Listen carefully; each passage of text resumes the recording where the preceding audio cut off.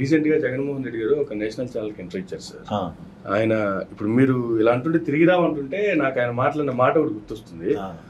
నన్ను ఇబ్బంది పెట్టాలని నన్ను 16 నెలలు జైల్లో ఉంచారు. నా 16 నెలల కాలాన్ని వీళ్ళు ఎవరన్నా తిరిగి తీసుకురాగలరా, నేను అనుభవించిన బాధను ఎవరన్నా తిరిగి తీసుకురాగలరా.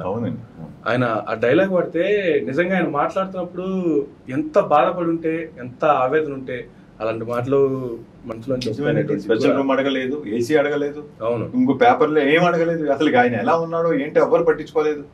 అందులో అంతా కక్ష కట్టున్నారు మొత్తం సెంట్రల్ గవర్నమెంట్, స్టేట్ గవర్నమెంట్లు అన్ని.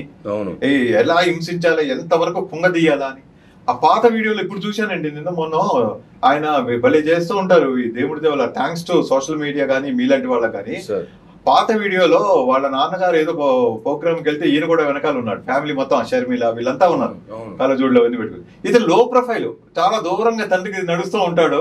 వాళ్ళు ఏదైనా ఇంపార్టెన్స్ ఇస్తుంటే అటు వెళ్ళండి అంటున్నారు ఆయన Jaganmohan Reddy.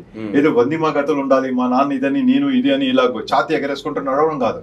Simple dress, loose pant, ఒక ఇది.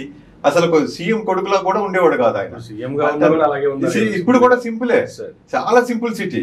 వయసు 50 ఏజ్ వచ్చేసింది కదా. ఎవరైనా అనుభవించే వాళ్ళు ఉంటే ఇదే కదా ఏజ్. ఎక్కడ అనుభవిస్తున్నాడు? ప్రతి నిమిషం ప్రజల కోసమే. మా హార్డ్లీ 4-5 అవర్స్ పడుకుంటాడేమో, అది కూడా కాదు. అవి కూడా డ్రీమ్స్ వస్తాయేమో, ఏదైనా థాట్స్ పడుకుంటే కూడా డిస్టర్బ్డ్ స్లీప్ అయి ఉండొచ్చు. వీళ్ళకు కూడా నేను చెప్తున్నానండి, ఈవెన్ చంద్రబాబు నాయుడు గారికి ఎవరికైనా చెప్పే ధైర్యం ఉండకపోవచ్చు. ఎందుకంటే వాళ్ళ దగ్గర పని చేస్తున్న వాళ్ళు ఉంటారు, లేకపోతే ఆయన వల్ల బాగుపడిన వాళ్ళు ఉండొచ్చు పర్సనల్ గా. వాళ్ళకు మొహమాటం కొద్దో భయమో వాళ్ళు చెప్పరు. కానీ యాక్చువల్ గా చంద్రబాబు నాయుడు గారికి స్పిరిచువల్ కౌన్సిలింగ్ కావాలి. గరికపాటి గారు కానీ ఇట్లాంటి వాళ్ళు, గరికపాటి గారు అయితే బెస్ట్, వాయిస్ చాలా బాగుంది, దూసుకుపోతుంది. కనుక స్పిరిచువల్ గా మోటివేట్ అవ్వాలండి. ఎందుకంటే మిడ్ 70s లో ఉన్నాడు ఆయన. చక్కగా ఏదో చేశాడు, మంచి చేశాడో చెడో చేశాడో, ఒక రికార్డ్ అయితే గ్రేట్. 14 సంవత్సరాలు ఆయన సీఎం గా చేశారు. అది కాక ఏంటంటే మంచి పేరే, కొత్త గొప్ప కొంచెం పాపులర్ ఫిగర్ ఆయన.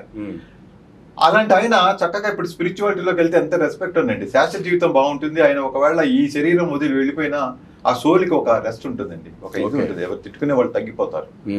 ఇప్పుడు ఉంటో అవతాతలకి పాపం వచ్చే తిండి కూడా లేకుండా చేసి, ఎండలో పడి చచ్చిపోయేలాగా చేసి ఇంత చేస్తున్నారు కదా, అది న్యాయమా చెప్పండి? స్పిరిచువల్ గా మనం ఎవరికైనా ముద్ద పెట్టకపోవచ్చు, పెట్టిన ముద్దని పాడు చేయకూడదండి. మనం నేను ఇవ్వలేకపోవచ్చు మీకు మీల్స్, కనీసం మీరు తింటున్న ప్లేట్ నేను కొట్టేయకూడదు అంతేగా ఎవరో పెట్టినప్పుడు.